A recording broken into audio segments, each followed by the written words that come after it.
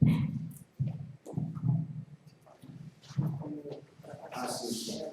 Isso. Quem sabe eu passo para Eu peço a pessoa para ficar ali passando as telas aí. passar para chegar para cá o teclado um pouco, eu mesmo vou dando ele. Bom, então, bom dia a todos. O objetivo nosso aqui é também estabelecer um diálogo, porque nós temos uma ideia que vem a partir da nossa experiência trabalhando com liquidação de sentença. É muito importante ter a contribuição dos senhores. Então, nós estamos propondo uma solução para a demora do processo de execução. Vamos rapidamente falar sobre uma contextualização no CPC 2015, identificar esse gargalo da execução, apresentar o que seria um dispositivo de decisão típico, para a gente ver a quantidade de detalhes que ele tem ou que deveria ter.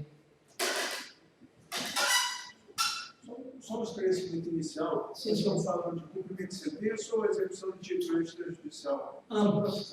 Ambos, tá Ambos. certo. Seria execução e cumprimento de sentença. Ok. As principais controvérsias na interpretação das decisões, né, quanto a cálculos, e a solução que nós apresentamos, uma rápida visão de um caso concreto e os benefícios que essa parametrização traria, fechando assim com um exemplo de uma aplicação tecnológica que nós estamos propondo também. Bom, então, nós sabemos do eixo lógico que existe entre o pedido e o dispositivo, mas nós estenderíamos também aos cálculos, porque de nada adianta se a sentença for primorosa, mas os cálculos não refletirem aquele direito que foi concedido pela decisão. O novo CPC, ele já prevê no artigo 491 que a decisão teria que especificar esses parâmetros. E outros artigos falam, o 322 e 324 falam que o pedido tem que ser certo e determinado, que o pedido também tem que ter esses parâmetros que se pretende seja liquidado aquele débito. E o 524, 534 e 798 falam das memórias discriminadas que as partes têm que apresentar para prosseguir na execução do cumprimento de sentença. Há essa visão diferente do CPC 2015, nós chamamos de processo orientado à liquidação, que é um processo olhado mais sobre esse enfoque financeiro também, que via de regra, discute-se o direito e a questão objetiva, a questão das contas, fica para o final. E muitas vezes nesse momento é que surgem várias questões, até questões de direito que surgem no momento em que não deveria haver mais a discussão desse tipo. Então, o 491 já diz que a decisão terá que dizer o índice de correção monetária, taxa de juros, termos iniciais e periodicidade de capitalização. Isso já foi algum avanço. Nós mandamos algumas sugestões quando estava sendo elaborado o novo CPC, mandamos para a Câmara, mas elas não foram adotadas integralmente, mas isso é uma parte do que nós sugerimos, justamente para que o dispositivo fosse mais completo.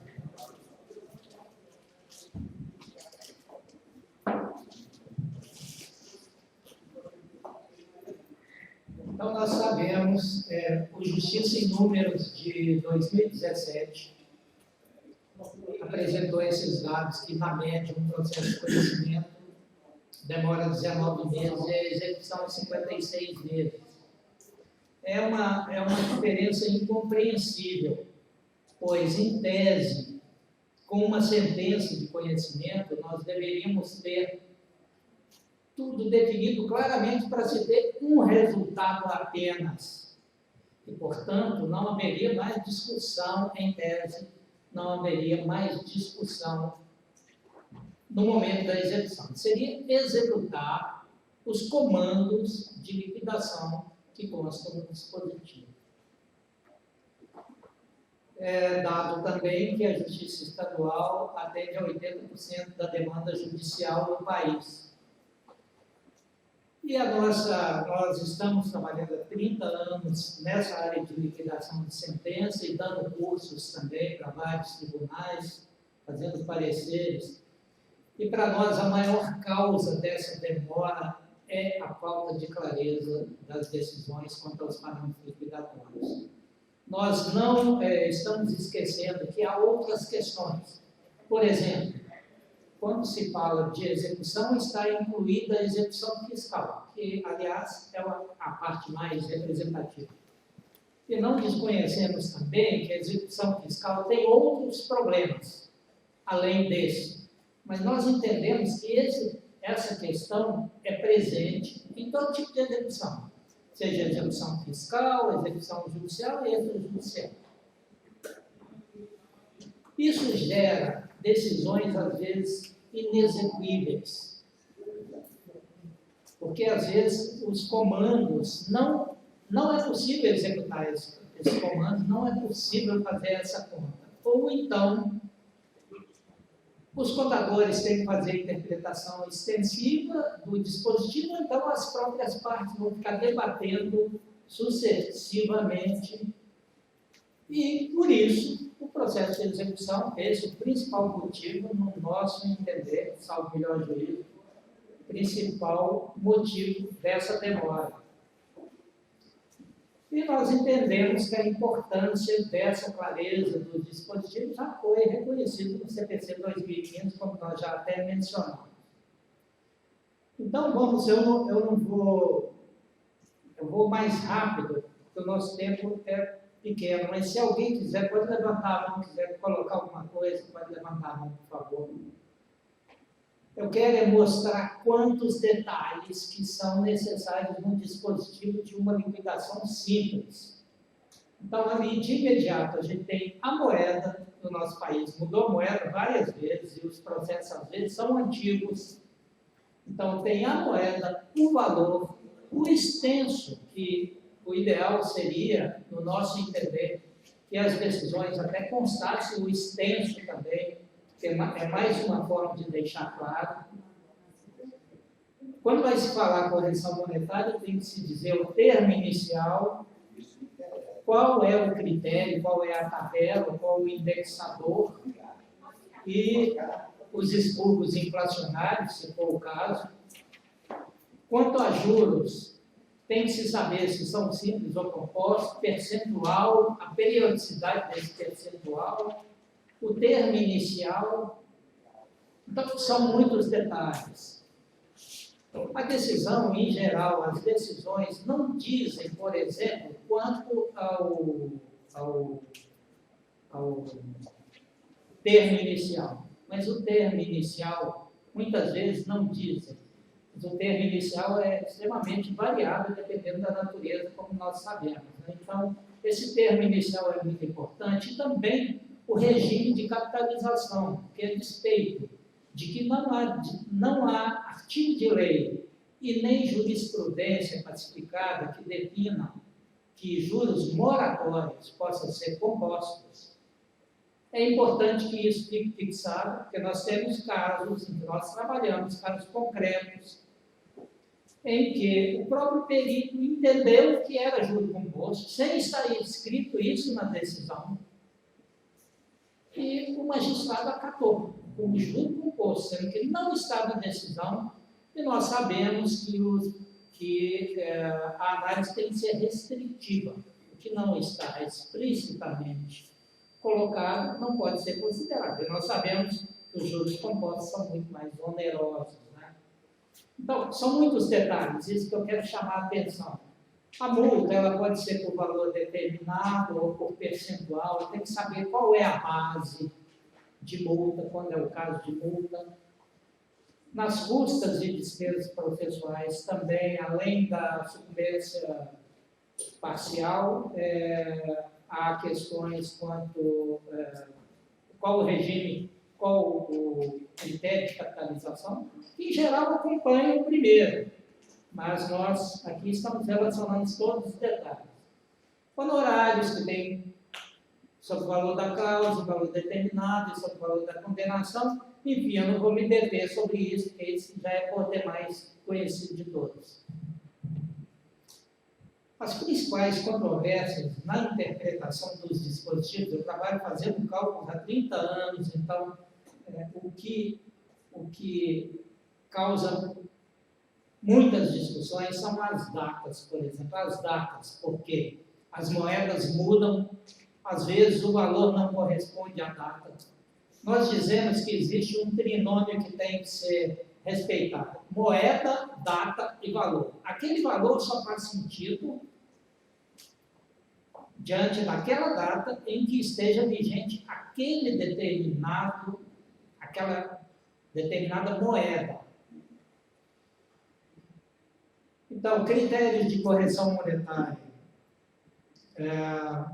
Desde 1997 foi determinado um critério nacional, mas ele não foi, infelizmente, excelência, não foi adotado por todos os estados, mas essa questão já foi ao CNJ, que já estabeleceu uma comissão interinstitucional, na qual eu fiz parte, que encerrou seus trabalhos em 2017 e chegou exatamente no mesmo critério que tinha sido definido há 21 anos atrás, em São Luís do Maranhão, em 1997. Só que, quando foi encaminhada essa aprovação para a Comissão de Eficiência Operacional, esse projeto foi atrelado a um outro que depende de outras coisas. Então, culminou por arquivar o processo, que já está todo terminado, com a recomendação do CNJ, com todas as notas técnicas, tudo explicadinho para ser aprovado nos outros estados, para ser adotado nos outros estados.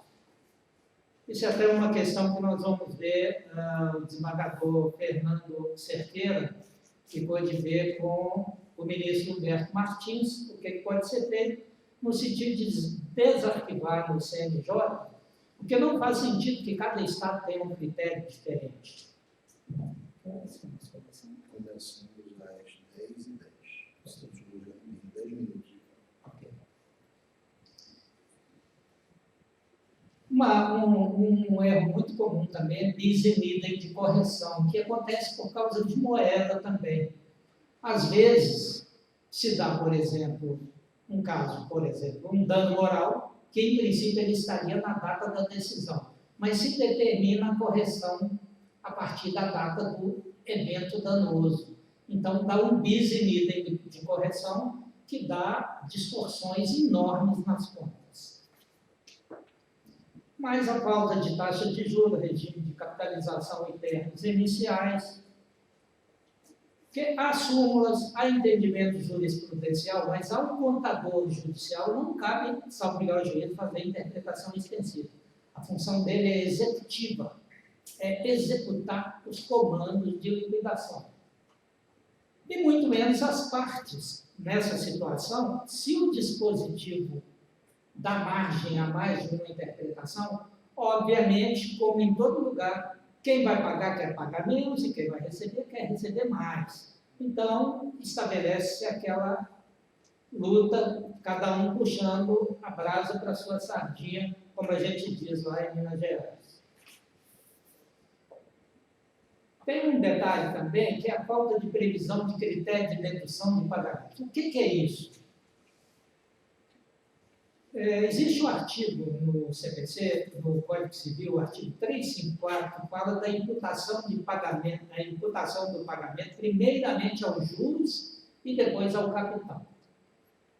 Mas na nossa compreensão, essa determinação do 354 não é automática e ela, aliás, é específica se fizermos uma análise sistemática ali de onde está essa previsão no Código.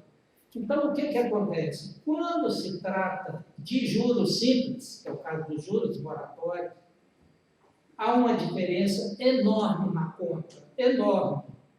Se a imputação do pagamento for primeiro aos juros, ou se for primeiro ao principal, ou no caminho do meio, que nós entendemos que é o mais adequado, que seja proporcionalmente ao principal e aos juros. Nós entendemos que esse é que é o critério mais adequado. Nós não temos tempo aqui para dar exemplos, mas os exemplos são assim de 1x para 3x para 5x.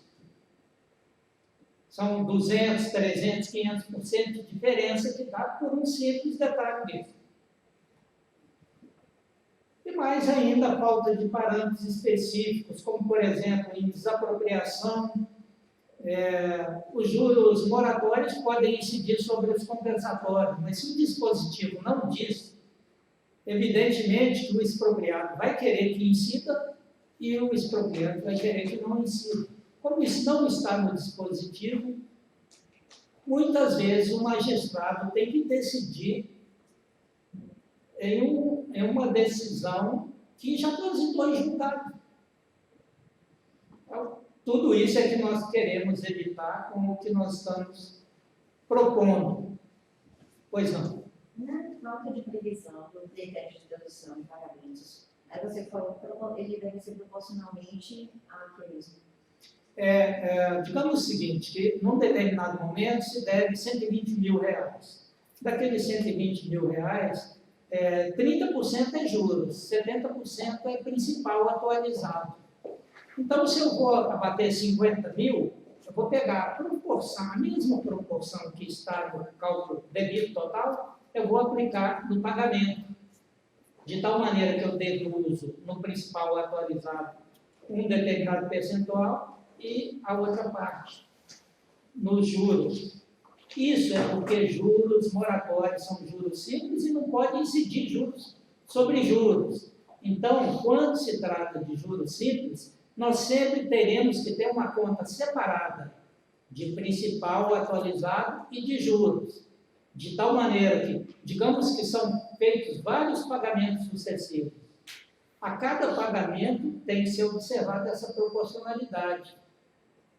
Porque se for os juros, imputado o pagamento aos juros primeiro, equivale a juros sobre juros, o que é vedado.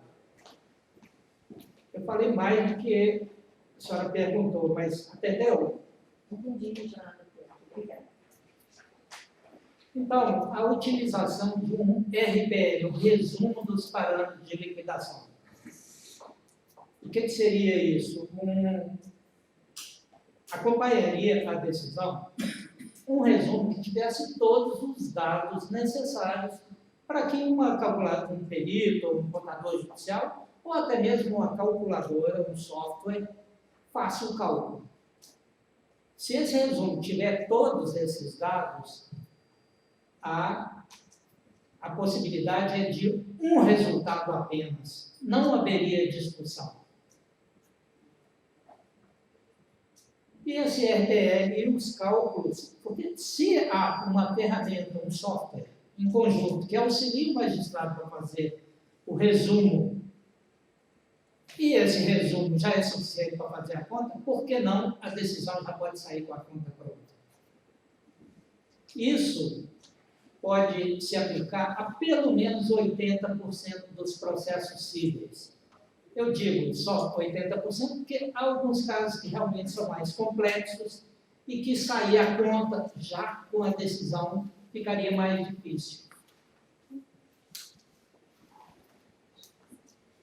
E caso haja esse software, que auxiliaria o magistrado para fazer o RPL e faria as contas, ele teria um botão que, com um clique apenas, alguns meses depois, aquele cálculo seria atualizado. Precisaria voltar à contadoria, abrir vista às partes para atualizar. Sempre seria possível atualizar aquele cálculo a qualquer momento. Ou até atualizar para uma data pretérita. É só colocar atualizar para perguntar para que data, que pode ser uma data que decorreu desde o último cálculo realizado, ou pode ser até uma data anterior ainda, se quiser fazer uma comparação com um cálculo anterior. Então, a solução para o gargalo da execução, esse software, ou se não tiver um software, pelo menos esse trabalho que parametrize os dispositivos, mesmo antes desse software, se os dispositivos já saírem com todos esses detalhes e acompanhado desse resumo dos parâmetros de liquidação, seria um grande auxílio. Porque aí o dispositivo não teria subjetividades, ele teria os comandos de liquidação que, executados pelo contador ou pela parte, levariam a um resultado único. Mas aí nós falamos aqui também da utilidade de um normativo de uniformização de critérios. Por quê? Porque nós temos um estoque de decisões já proferidas. Nós teremos um tempo até que esse sistema seja implementado. Então, em alguns estados nós já propomos, nós damos cursos para capacitação de contadores, e também para magistrados e assessores, só que não entrando tanto em contas. E nós implementamos aqui no estado de Pernambuco, por exemplo, no estado do Maranhão, Amapá, Pará, Amazonas, alguns estados, um normativo da corregedoria, ou às vezes conjunto com a presidência, aqui é a Instrução de Serviço número 8, de 2011, que estabelece, diante da omissão, alguns critérios. Juros moratórios. Se tiver omisso, é 0,5% no Código Civil anterior, depois 1%. Por exemplo, alguns poucos artigos nesse normativo que orientariam também o contador judicial como proceder quando ele recebe uma decisão na qual não estão previstos todos os comandos necessários. Aqui um exemplo rápido, uma decisão que mandou pagar R$12.000, atualizado desde 19 de fevereiro de 90. Nessa época, o real não estava vigindo ainda. Então, considerando o termo, se o termo inicial for 19/2/90, o valor fica menor do que a condenação inicial. Essa decisão foi dada em 3 de dezembro de 2003. Então, numa simulação, se fosse reais mesmo, se o juiz quis dizer R$12.000 na data de 2003, aí sim o valor iria para 13.533. Esse exemplo é só para mostrar a discrepância que pode dar, e pode ser muito maior ainda. Alguém quer perguntar alguma coisa, ou eu sigo aqui, que eu já estou quase concluindo aqui. A instrução normativa daqui de Pernambuco, qual é o número? Instrução de Serviço 08 de 2011. Ela tem sido, o relato dos contadores é que ela é muito útil, porque discutiu muito a discussão, porque o contador judicial já justifica. Adotei, não está previsto em decisão, adotei conforme a instrução de serviço 08. Então, concluindo aqui, a gente pode conversar um pouco.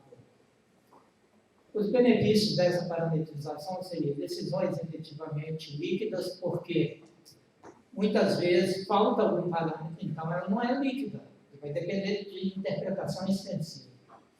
Celeridade na execução, uma visão financeira do processo, porque mesmo depois que saia um cálculo, pode ser que os parâmetros sejam mudados, então pode-se mudar lá em outro momento processual.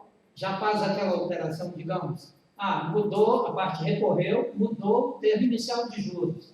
Então, modifica isso lá, já se sabe quanto vale aquilo. A diminuição, então, de recursos, porque, em tese, se a decisão já sai com cálculo, as partes vão ter que questionar naquele momento ali. Já sai com o cálculo, ela tem aquele momento ali para questionar a matéria de direito e até matéria afeta não exatamente as contas, mas aos parâmetros que geraram as contas. Porque sempre ficará claro, olha, essa conta utilizou tal e tal e tal e tal parâmetro. O que se pode discutir é se tal e tal parâmetro está ou não correto. Atualização por clique, conforme nós já falamos. A mediação e a conciliação, porque nós entendemos que, na maior parte das vezes, a conciliação não é possível, é porque não se tem uma ideia exata do que está se discutindo.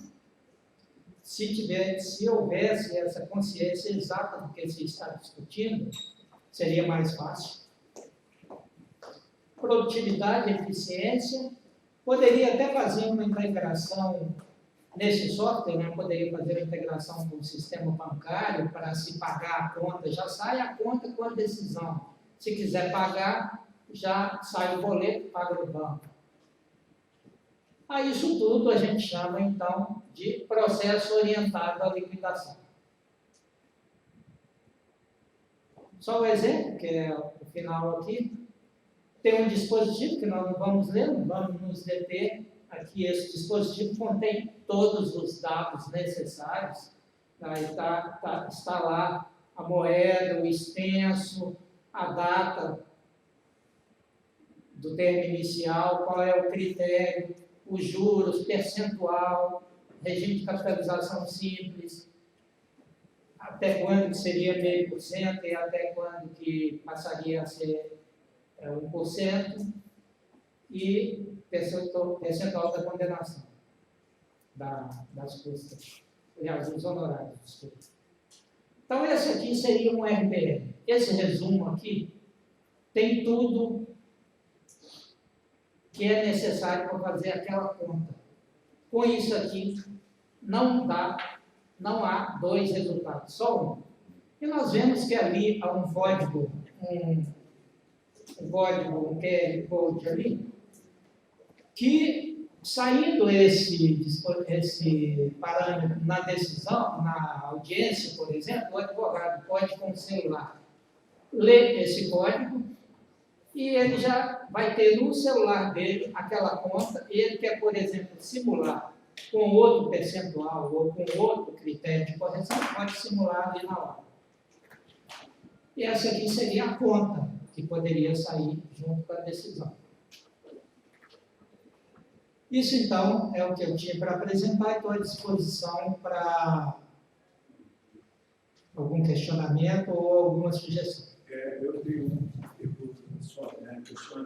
Esse software é de sua propriedade, tem que ser adquirido pelos tribunais, se houver interesse de um tribunal adquirido? Ele teria que ser desenvolvido. Nós até apresentamos uma proposta já para o Tribunal de Rondônia, na ocasião não foi possível prosseguir. Ele não está pronto ainda. Não. Não está pronto. Eu Não. pensei que já fosse uma Não é uma ferramenta pronta, mesmo porque é preciso um projeto piloto para desenvolvê-lo. Mas nós entendemos que mesmo antes do software, a parametrização dos dispositivos irá... Nós temos em Minas Gerais, nós temos alguém de Minas Gerais aqui? Não. Em Minas Gerais nós temos a Centrase, que é a Central de Execuções. As execuções vão todas para 2 ou 3 varas. Não está funcionando, porque as decisões chegam lá e eles vão ter que discutir decisão ainda. Então, problemas desse tipo nós temos.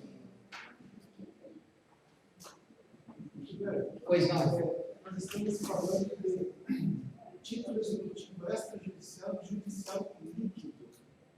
Sim, sim. Estamos falando de liquidez. Sim. Porque essa falta de clareza nas decisões judiciais que dificultam a execução e cumprimento futuro é que é um cargo que, infelizmente, você falou muito bem, que dificulta até uma análise, até de fazer um cálculo. Quando o contador diz assim, não tem conhecimento técnico suficiente para análise de imagens. Revisão contratual, por exemplo. Aí fica na dúvida se é liquidação da sentença ou um cumprimento imediato. Isso vira um gargalo, porque fica discutindo. Aí as partes começam a impugnar essa sentença. Então, isso acaba formando um gargalo desnecessário. E obviamente, todos aqui somos da corregedoria, a gente vem em busca de encontrar mecanismos para auxiliar os juízes dos nossos estados para que agem de uma maneira X ou Y, para que possam dar uma sentença líquida de forma efetiva, clara, para que tenhamos os parâmetros de início, meio e fim, para que essa sentença seja líquida, para que a parte ou o contador faça já o cálculo imediato, para que possa se dar imediatamente o cumprimento. Claro que não podemos confundir o título líquido com o ilíquido, mas essa dúvida entre o dispositivo de decisões judiciais dificulta e muito na hora do cumprimento de sentença. Ela se torna ágil quando a sentença é clara e morosa quando a sentença é obscura. Então, esse aspecto, eu espero, assim, não sei se os colegas também pensam, mas se nós encontrássemos um mecanismo para... Eu sei que nós não podemos ir lá ensinar um juiz que vai decidir aquela causa, seja mais claro, mas então, isso é uma coisa que me preocupa, sabe? Então, isso é um gargalo que acaba dando ensejo para que haja as impugnações futuras. Então, como o senhor falou, se é R$10 mil de danos morais, fica fácil de calcular. Índice de correção, a partir da data do dano ou a partir da data da sentença, fica fácil. Agora, quando é uma revisão, por exemplo, do dano, revisão de contrato, por exemplo, o juiz declarou na sentença que há uma abusividade, juros compostos e outros detalhes que são abusivos. Daí fica aquela miscelânea lá no dispositivo da sentença, não sabe se é liquidação ou se é o cumprimento de sentença. Se já está líquido ou não. Manda para o contador diz assim, não tem conhecimentos técnicos para analisar, tem que nomear um perito. Vira liquidação novamente, vira um processo de conhecimento novamente. Então, esse aspecto eu acho muito importante para debater, para que esse gargalo exista. E a gente sabe que tem. Porque nós temos só dois tipos de liquidação, né? Liquidação por arbitramento e liquidação pelo procedimento comum antigo por artigos, né? Fora esses dois, em princípio, toda decisão teria que ter os comandos ali que sai a conta prontinha. Mas não é isso que acontece na prática. Antigamente tinha três, que era o cálculo do contador. Tinha o cálculo do contador. Então, hoje o cálculo do contador deveria ser líquido. Já vem a conta líquida para começar o cumprimento de sentença. Mas às vezes tem essa situação muito longe. Ainda persiste, eu só queria ainda persiste a liquidação por cálculo, que quando a sentença não tem furos, né? A própria parte apresenta, ou outra parte, etc. Né? Quando é líquida e certa a sentença, não há falha. Mas eu acho que não há como estabelecer um critério uniforme, porque nós todos somos falhos. Eu me preocupo muito com a liquidação, porque a parte já sofreu tanto para definir o direito dela, vai sofrer mais ainda para o que ela almejava, que era receber um valor, né? Então eu me preocupo muito, mas mesmo assim a gente falha. Aí teria que ter o policiamento das partes para entrar com uma declaração, né? E ao fim e ao cabo, se nada disso resolver, tem que se partir para uma liquidação por arbitramento. O que não pode é a não liquidez. Né? Infelizmente, não há como bater o martelo sobre isso. Se o palestrante me permitir, eu gostaria de fazer uma pequena intervenção. Eu acho legítima as ponderações que estão feitas pelo colega, desculpe, Ivo Fatinho do Paraná. doutor Ivo do Paraná e do Raimundo do Maranhão. doutor Já Raimundo do conheço, Maranhão. ele já teve lá, o Marcelo Carvalho, o nosso imperador. E, assim, realmente é uma preocupação extremamente legítima, não é, com relação a essa questão, porque nós nos deparamos com isso ainda. Há uma evolução, e eu acho que o legislador foi muito feliz ao retirar a possibilidade da limitação do cálculo do contador, exatamente para indicar ao julgador a necessidade cada vez mais premente de que a sentença seja o mais líquida possível. Não é? Porque o direito concretizado sem a liquidez, de nada vale. Então, se eternizavam processos nos quais o julgador proferia a sua decisão de mérito, fulano tem razão, cicrano não tem razão. Mas sim qual a vantagem pecuniária perseguida por fulano naquele processo. Isso não era dito, isso não era colocado. Hoje, eu não vejo mais essa questão da iliquidez como algo muito patente. Não é? Há ainda algumas exceções, sobretudo quando se trata de questões muito controvertidas ou que haja efetivamente a necessidade do arbitramento, não é? Ou por artigos. E, por fim, não é? Se esgotados todos os meios possíveis para que se torne líquida aquela sentença, há sempre a possibilidade de se converter em perdas e danos. Então, de toda sorte, é um problema realmente grande. Eu entendo que a apresentação do Dr. Gilberto foi muito esclarecedora. Estou lhe cortando a palavra por conta do nosso tempo. Peço que o senhor faça as suas considerações finais, tá certo? E se houver algum questionamento, nós podemos fazer no decorrer dos andamentos dos trabalhos. Pois não, doutora Fernanda? Já que esse assunto, esse tema é um complicador, é um gargalo assim, de todos os tribunais, né? E a gente sente essa dificuldade, não só juízes, como até setor de contadoria, né? Alguns tribunais, não sei se todos têm, assim, não sei se, para efeito de proposição, para levar para a plenária, assim, é uma sugestão de que saia daqui dessa sala temática uma proposição no sentido de que as corregedorias estudem, viabilizem, implementem uma ferramenta como essa que foi apresentada, né, até para viabilizar uma otimização dos cálculos e também cursos, né, que o INCOGE sugira, né, às escolas, cursos, né, não só para juízes, eu acho, curso e para contadores, exatamente, para os contadores. É só uma sugestão. E uma sugestão, de logo, já acatada, nós teríamos, eu estava adiantando aqui mais cedo. Ficar na carta até. Eu estava adiantando mais cedo, doutor, aqui, nós teremos à tarde o debate, né? Houve uma proposição que foi inserida na temática aqui da oficina civil, que é com relação ao artigo 334, mas nada impede que nós possamos também tratar dessa questão e, se entendemos, em vez de uma, façamos duas proposições. Né? Eu acho extremamente razoável, minha preocupação somente é com relação ao tempo. Então, passo a palavra ao doutor José, por gentileza, suas considerações finais. Tá bom.